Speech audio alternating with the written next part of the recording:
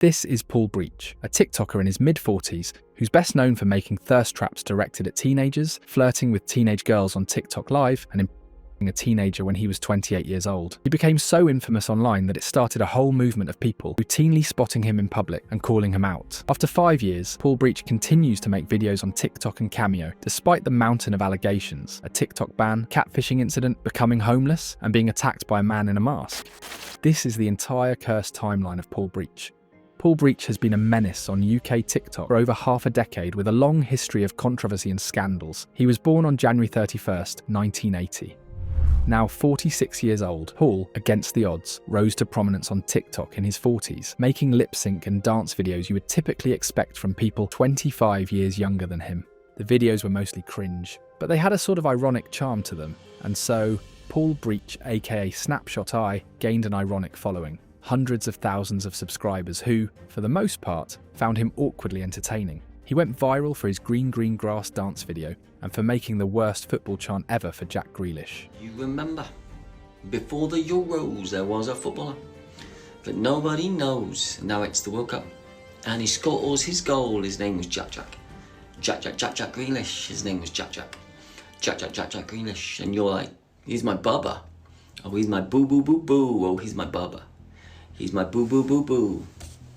Come on, England. His first presence on the internet actually dates all the way back to the early 2000s on an ancient social media forum called Faceparty. Ignoring the typos, Paul's profile read, in my own words, "Hey, I guess you want to know about me. I'm a 26-year-old guy who lives in Lincoln. I love to be hugged and I love to have fun. I'm an honest, caring sort of person who likes to generally make other people happy. I'm a big believer in fate and things happening for a reason, even down to mundane, silly things. I have lots of friends, mostly female, LOL. I get bored of what guys talk about, and plus, girls are more lovely to look at and be around, LOL. My best friend though is male, bless him, Marcus, and he's like a brother. Me, you're a good lad, dude. I'm on here to find some new friends, because you can never have too many friends. Oh yeah, and Kalia Sue, my youngest friend Hooney, love our nights out. Mwah, love the way we flirt, babes. Uwe cheered me up so much. EX, my worst day, was when I left my gurif and little girl without thinking, and I'm now going to pay the price for that for the rest of my life. I've never been so unhappy.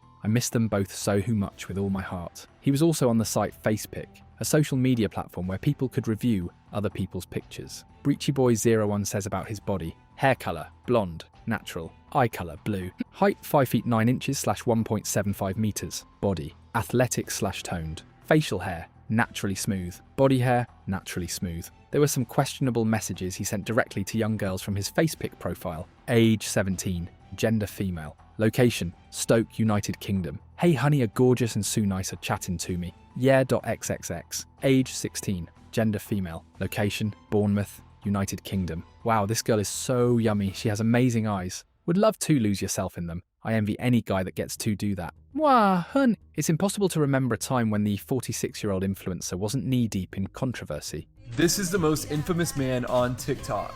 He's no spring chicken. He's in his 40s here, and he constantly engages inappropriately with young girls in his audience, and it's something he's come under heavy scrutiny for a long time. The reason I made this video is because he's been under constant user supervision. It's really entertaining. He's chronically on lives, and he's pretending to be 20 years younger than he actually is, which is sad, and believes in a dating pool that's the same group. He gained mainstream attention for being hard to watch. A lot of his content was already questionable, if not mildly inappropriate.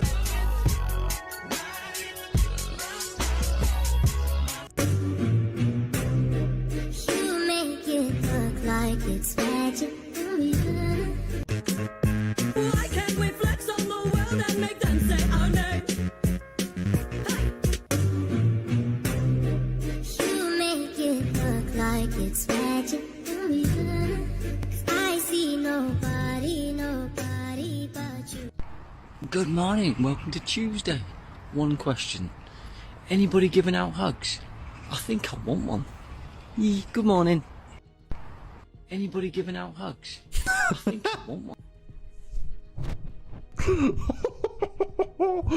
Anyone giving out hugs? Oh my god. A reminder that Paul was already over 40 years old at this point, yet his target audience seemed to be teenagers and young adults. Everything weird about his content only got worse though, as he began going live on TikTok.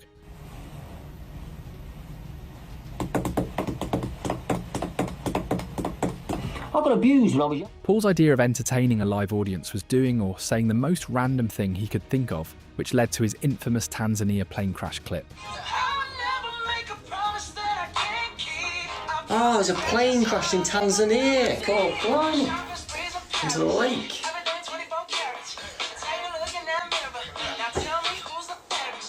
Paul liked to fill up empty space by dancing, which often led to several awkward and uncomfortable moments.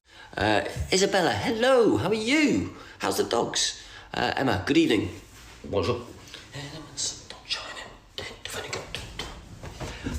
Glad to hear you. How are you? How's Weymouth? KY. Hi, Lucy. Hi. You good? What time is it in? Lizzie Lou. Lizzie? Lizzie, hi.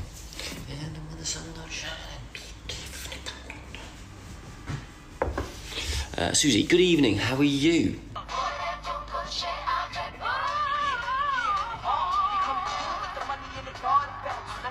Yeah, I'm good.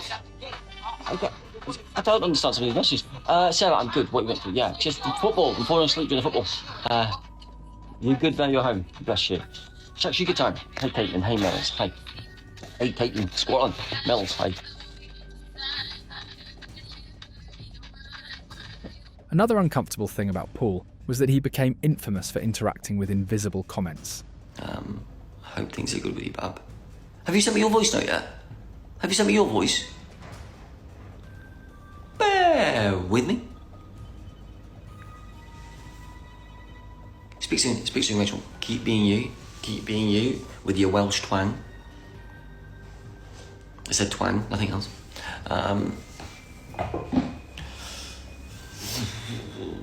Yeah, you. Yeah, you're the only person called Quint. Now, why you, Moody? I'm going to go look at your beautiful picture. I'm going to go listen to your semi-passive-aggressive accent.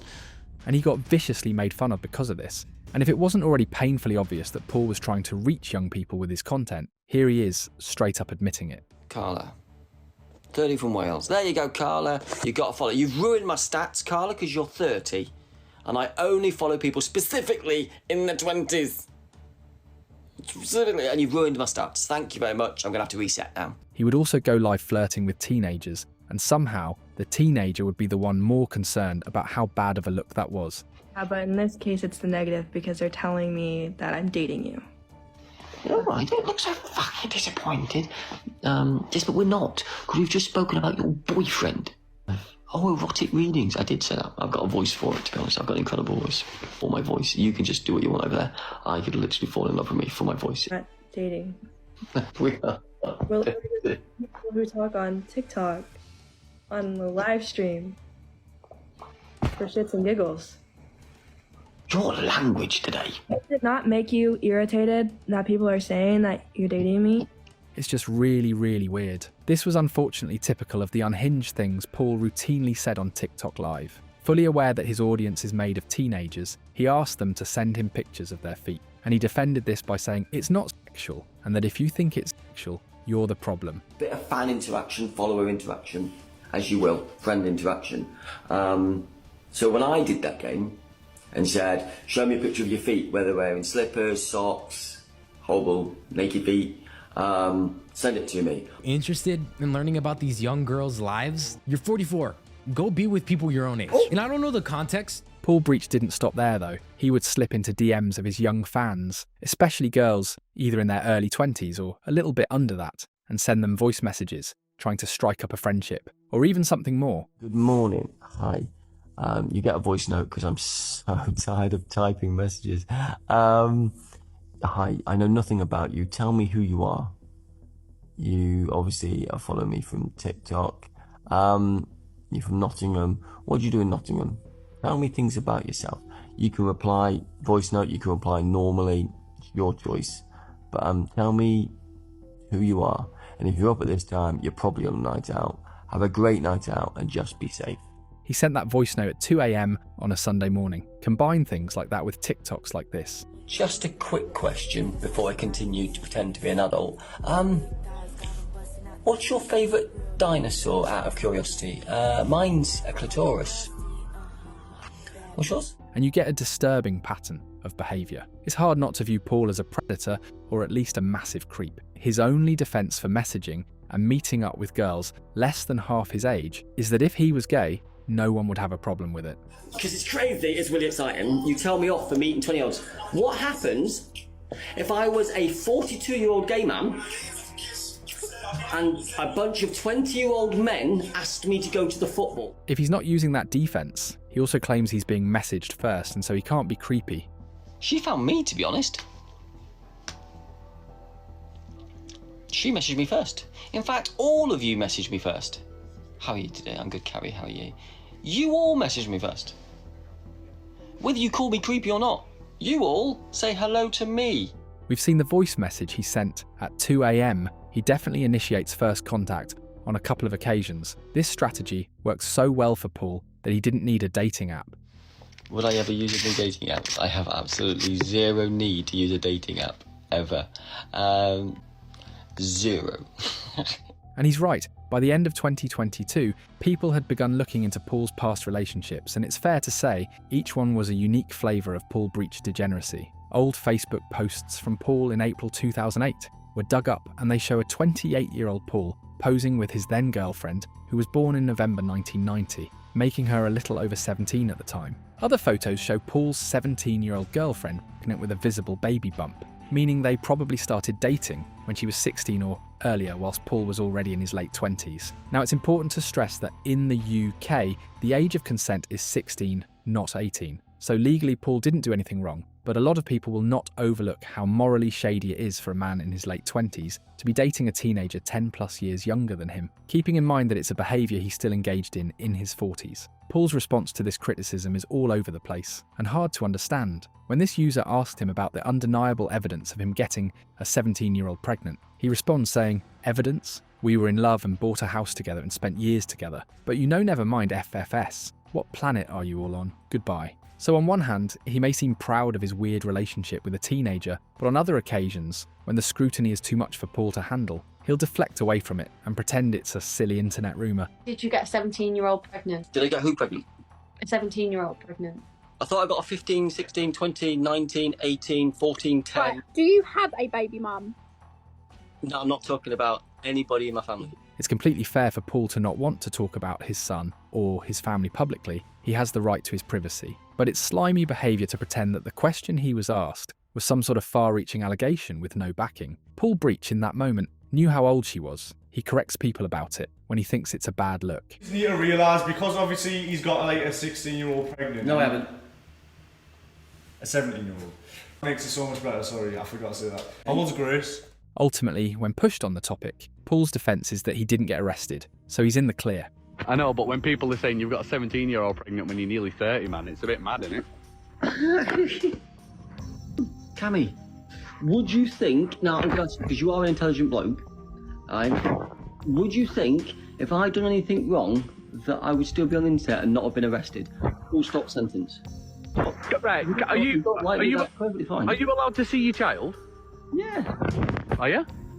But then I'm not talking about my family after that, because I don't talk about my family on here. For obvious reasons. It's your choice to follow me, unfollow me. Perfectly, it's your choice to have an opinion on me. But again, I'm sitting here after 3 years of being on TikTok, drinking out of a McDonald's cup, dancing on the internet, being me. Yeah, it's legal, but it's not right, is it?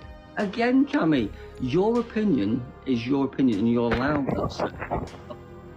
Why is that? Why am I the only male who spoke to in 3 months? Yeah, but I'm on about males. Why don't you speak to many males? Because I don't like many males, I like many females. Everyone is entitled to an opinion, and Paul refusing to give his tells you all you need to know. All in all, the realisation that Paul got a 17-year-old pregnant makes clips like these all the more creepier. Why do you only talk to girls in the comments? Because it's only the girls that are commenting, and if it's a comment from a guy, I say hi. I don't know. Maybe because I'm dating them all and we're having babies. Only to the ones I'm married to, which is all of them. Around the same time all of this was going on, people found out that he's been liking multiple prom and bikini photos of 16 and 17-year-old girls on Instagram. And in keeping with Paul's tendency to give really bad excuses for the nonce things he does, he said the reason he liked those pictures was because she was battling cancer. The ladies' pictures that I've liked, like I said this morning, Like I said this morning, she suffered with cancer when she was growing up. So I will like her prom pictures because she survived to be a prom. I will like the other pictures because she was confident at posting, even though she's recovered and was recovering. This was investigated. The young girl had no idea who he was, which makes it even weirder, and I think proves actually that he is in fact a predator. Evidence of Paul liking these photos were initially sent to one of his most prominent exes, Sophie, who confronted him about it in private. Sophie, for her part, was a TikToker who briefly dated Paul in 2021 before then going through an incredibly dramatic breakup. It all started on the 2nd of January 2022 when Sophie went live to unceremoniously announce that they had broken up. She blocked his name in the live chat, eager to not speak about him. 7 days later, an Instagram account was found with the username The Blonde Oldie, with Snapshot Eye, or Paul being the only person to follow and be followed by the account. It contained one picture of a different Paul ex-girlfriend, Frankie. The theory was that this was a burner account created by Paul himself to stalk Sophie, and after a phone call with Paul,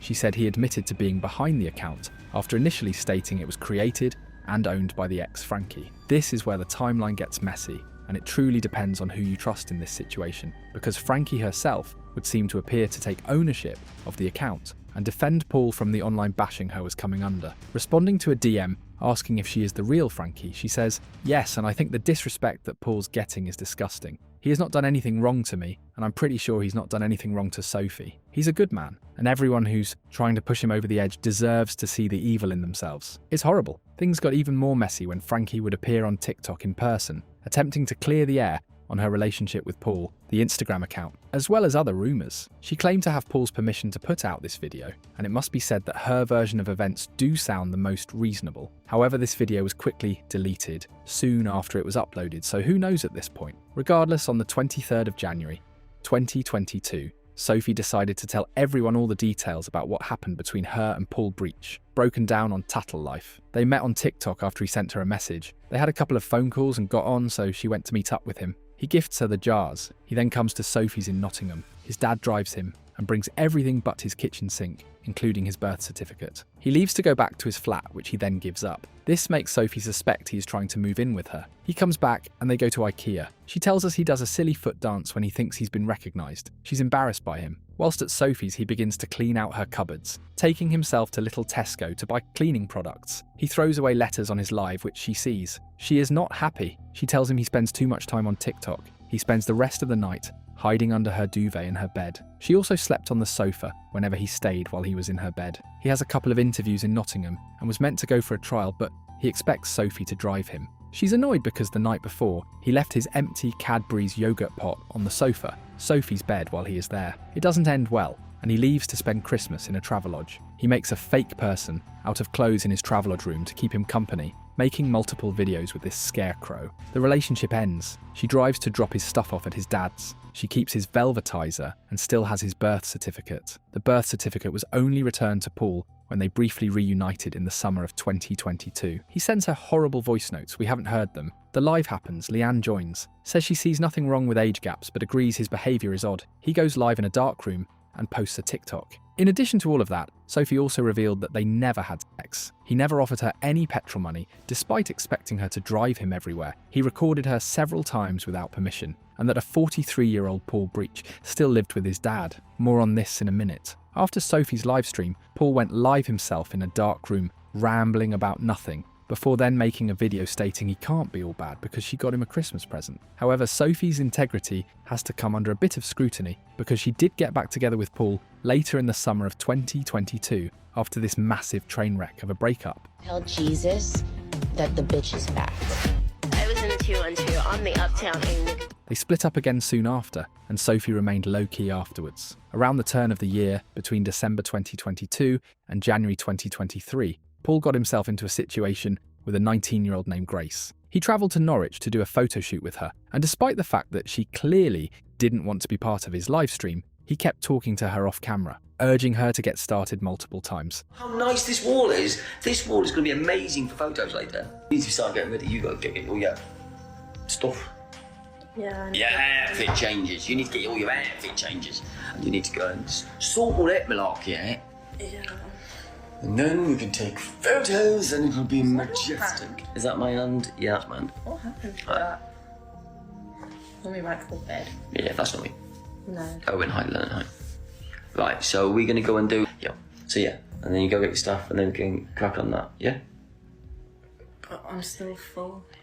Well, maybe if the top looking video is me and be fucking better and you feel better. What's the time? I don't know. About 6. Yeah.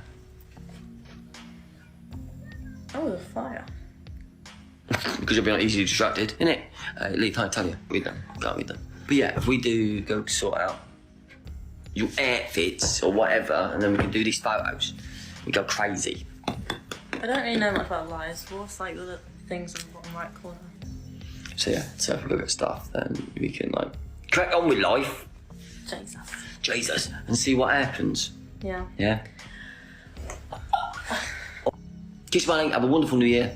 And yeah, I'm gonna go and do some busy stuff. Don't get it twisted. She did invite me, and she's not being forced to do anything here. It's just a tad weird and uncomfortable how eager Paul is to take pictures of this 19-year-old girl he met online. Regardless, things got serious when both he and Grace got jumped outside of the B, and B they were staying by a guy in a mask. Apparently, Paul had divulged too much information bragging about this photo shoot, that he had now inadvertently put someone else in harm's way. In the aftermath, Grace had posted on her Instagram stories that something had went down, whilst Paul made no mention of it. He was too busy dunking on the haters. So let me get this right, because I'm not a professional photographer with a studio with expensive equipment. When somebody who does some modelling wants me to try and take some pictures of her, it's not allowed because you guys decide so. After this, Grace went live herself and explained what happened as summarised on Tattle Life. She picked Paul up from the train station in Norwich and they drove around for a while. She wanted to look in shops, but Paul didn't seem interested, so they just walked around aimlessly for a while. He took photos of her outside, and they later planned to do a lingerie shoot at the B&B at about 12:30 a.m. that night. As they were returning to the B&B from McDonald's, Paul and Grace were walking from her car to the door of the B when a man wearing a balaclava ran at them. Grace said Paul was already inside the building, and she thought the man's arm was raised as if he was going to hit her. She said she screamed really loudly, and Paul pulled her inside the door. Grace was really upset and frightened by this event. She said she truly believed someone had tried to kill her. She also said someone had keyed her car too. The first call to 911 happened after the initial attack, and she called a second time when she saw someone had taken a photo outside of their building and posted it online. Due to how upset and frightened she was by those events, she said they decided not to go ahead with the lingerie shoot. There were a lot of questions asked that Grace didn't seem comfortable answering, and she mentioned that she was scared of saying too much. This was obviously a harrowing event, capable of shaking up anyone. It's just a shock that it didn't seem to affect Paul all that much, as we've seen. A TikToker named Boo, long-standing critic of Paul Breach, joined Grace during the live stream and called out Paul afterwards. Hi guys, my name's Boo and this is a message directly for you, Paul. I get asked to do that. I never go in with the intent of doing it. Yesterday I could see that Grace was distressed and was struggling to get her words out. People asked me to go on, I did, and Grace calmed down. I also didn't want Grace to say anything that she didn't want to say. Your fixation with numbers on TikTok is apparent because you buy your likes and you have an auto-clicker on your live. The fact that you can take no responsibility for the fact there is a terrified 19-year-old because of a situation you put her in that was unsafe is blinding. The fact that you, a man with an iPhone, you're not a photographer, tried to do a lingerie shoot with a teenager is disgusting. You are the elder person. You had the responsibility to say that is not appropriate. As well as other TikTok creators who thought he'd gone too far this time. Our dads are probably that age. Can you imagine your father having almost 1 million followers on TikTok, being famous for being called a nonce? I think it's kind of time to stop making fun of Paul Breach and start reporting him and taking his platform away. However, as soon as Grace went live talking about it, he completely changed his tune and began playing up how awful the situation was. In reality, it's fucking shitty social media. I had to put cameras outside the front of my house now to sort of picture your fucking faces because you can't stop being dicks in this universe. I've got to put up with people being dicks in this universe.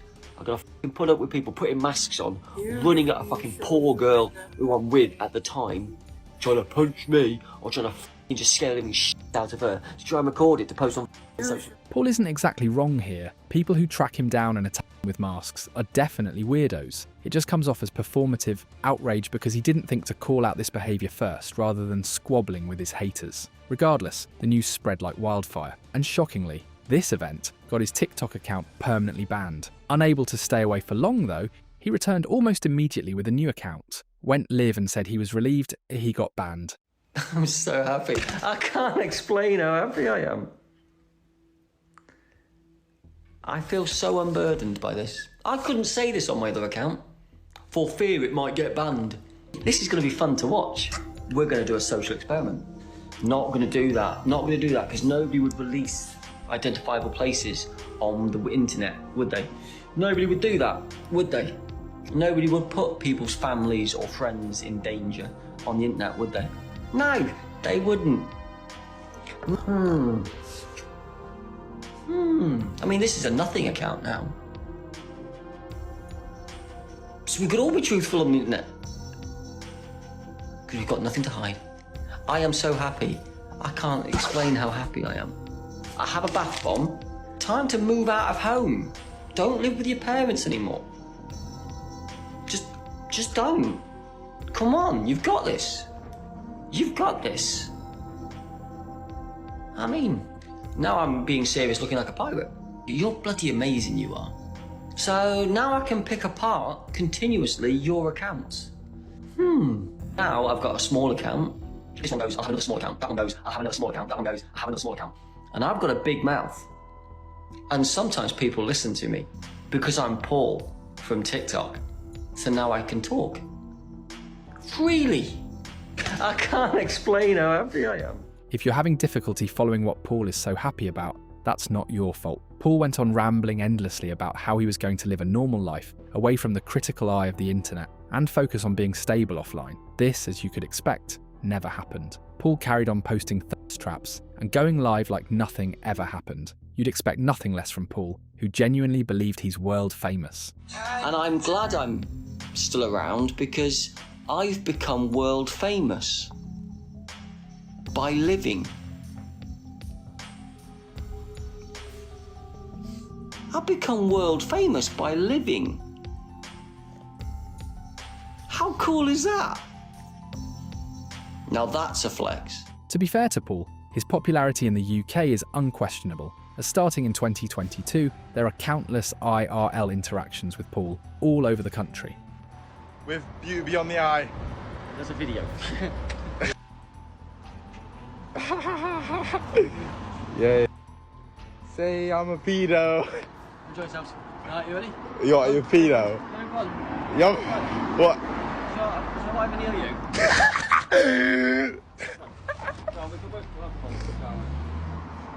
We might have got both have fun, haven't we? To be honest. Go on. Not hide your face. What are you saying? There you go. Can you post me on TikTok? No. Ah. Fuck. I swear you're a pedo. You say what you're saying. I'm loving it. Loving it, bless you. You're having fun, aren't you? Hide your face.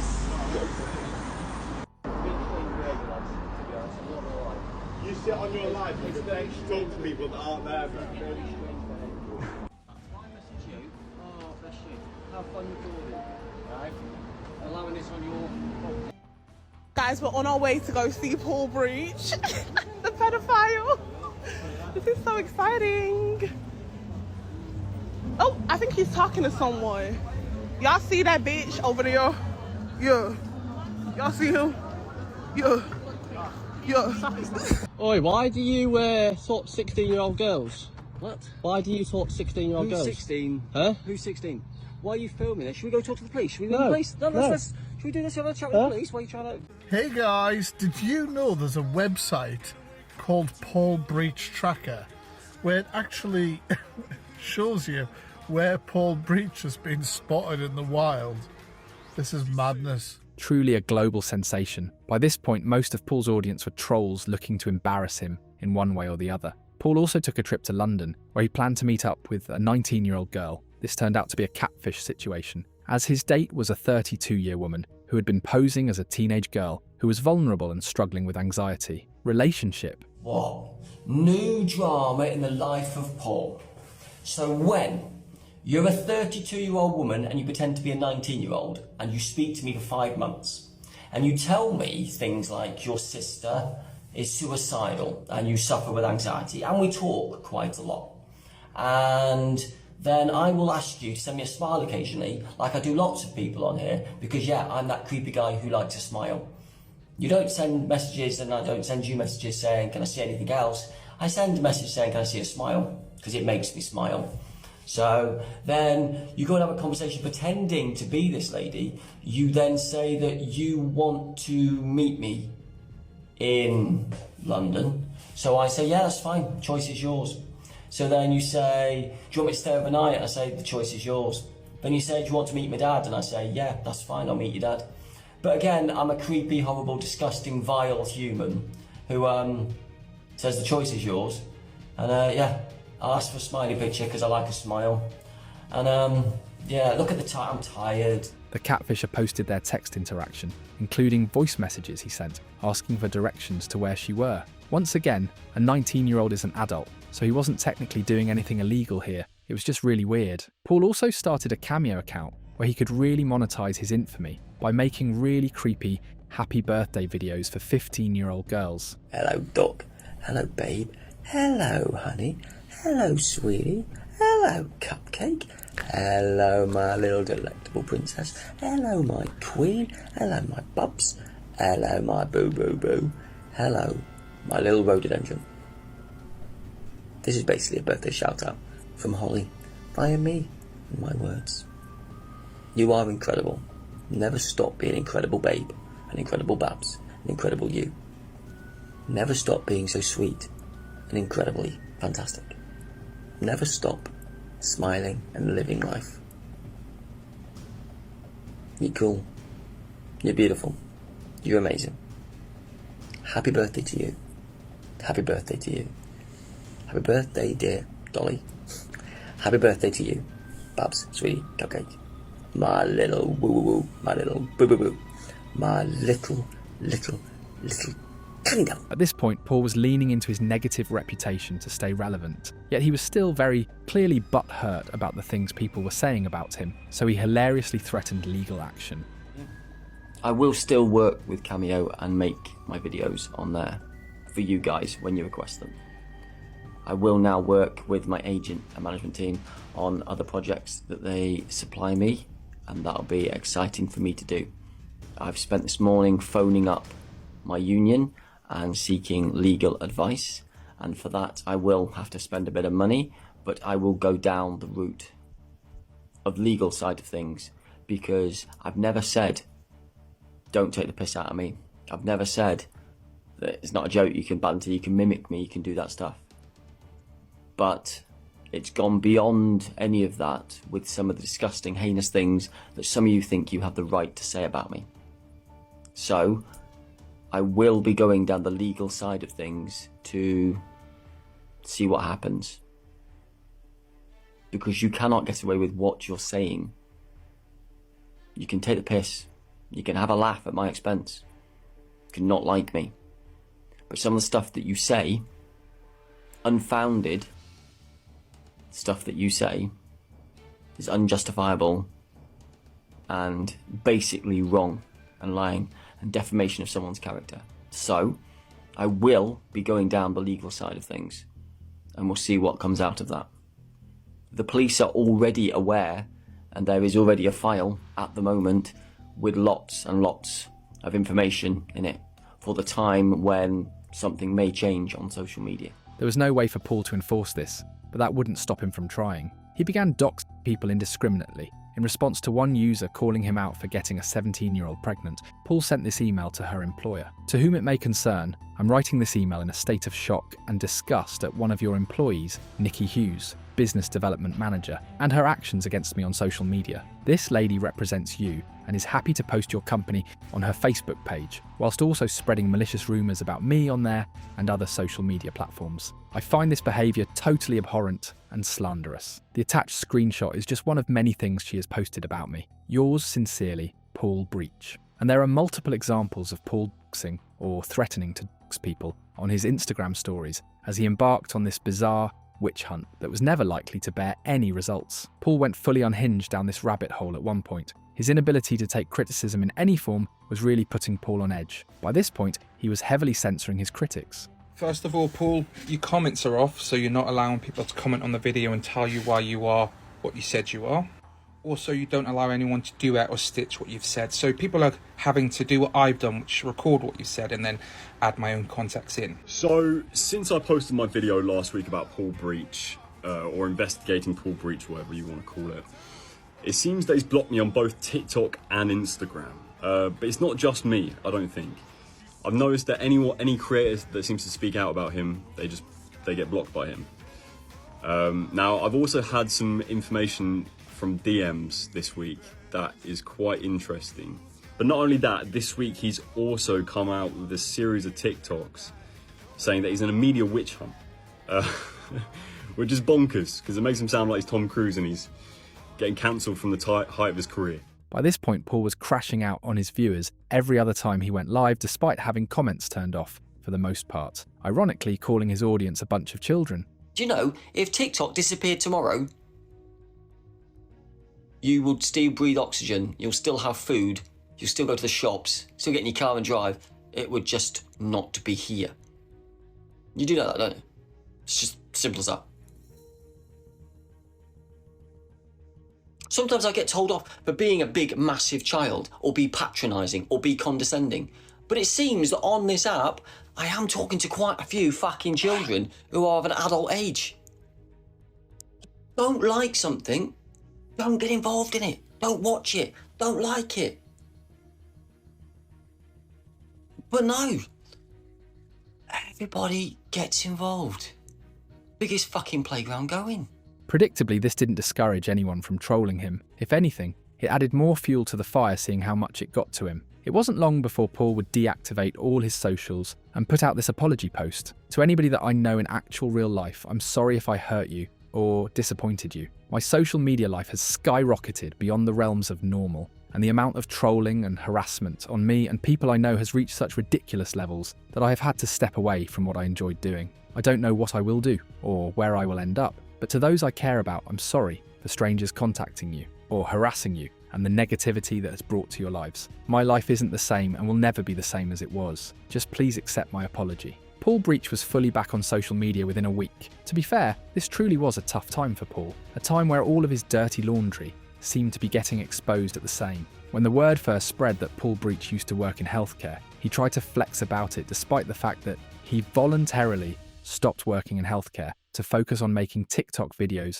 targeted at people less than half his age. Work in healthcare. I have done for my whole working adult life. I get to see and help the most poorest, vulnerable people in the world. People that you abandon, people that you ridicule, people that you... When I go back to care, down the line, months, years down the line, I will hold a resident's hand, I will hug a resident, and depending on the resident and what they think, I will side kiss. I will do that because that's my level of care that I've done for 21 years. This turned into a mini controversy as Paul Breach snarkers were worried about his admission that he would kiss the vulnerable residents under his care. He decided to respond to the allegations and in true Paul Breach fashion only made things weirder. The shitty internet goes, oh, it's disgusting. Look at Paul, he's vile. Look at how disgusting. Should we do it? Should we look? Hold a resident's hand, palm to palm, not romantic.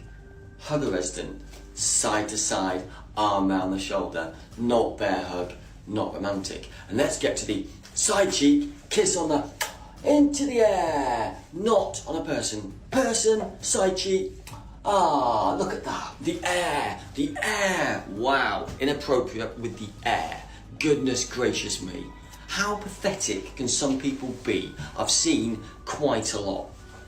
This is how you enjoy yourselves is bizarre. Paul was getting more easily irritated at this time. The revelation by Sophie that he was still living with his dad was made all the more funny by how embarrassed he got when his dad walked into his OM bathroom whilst 42-year-old Paul was doing a dance on TikTok Live. Millie, hi, thank you for the dinner. I had no plans today, now it's tomorrow. My plans tomorrow, busy day tomorrow.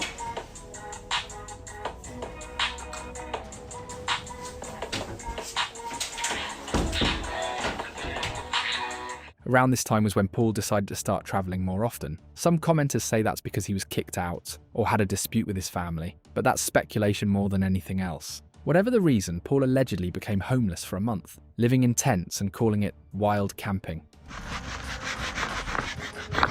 Okay, I am fantastic. Baby, do you love me like I love you? Moving forward, for the rest of 2023 and 2024, the public intrigue for Paul Breach died down massively, even as he continued to do more attention-seeking videos on TikTok, getting into his girlfriend's wardrobe and playing dress-up for laughs. I post this on Instagram. Oh, the motherfucking insecure boys are going to get very upset. Oh my god, I can't fucking wait.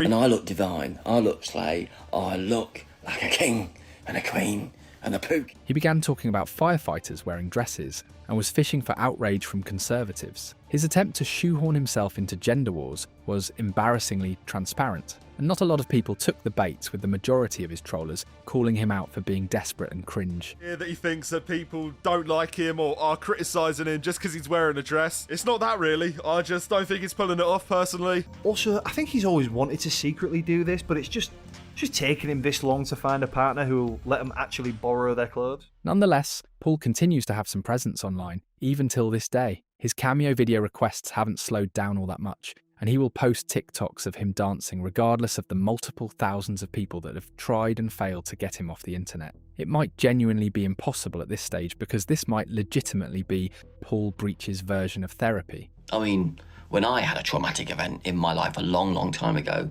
the first thing I wanted to do was probably to make TikToks, but it wasn't around. I mean, the first thing I wanted to do was probably send the person messages, or like do a dance, or call them over for a chat, or I don't know. It's the first thing I wanted to do. I don't know. We all do things differently in the world.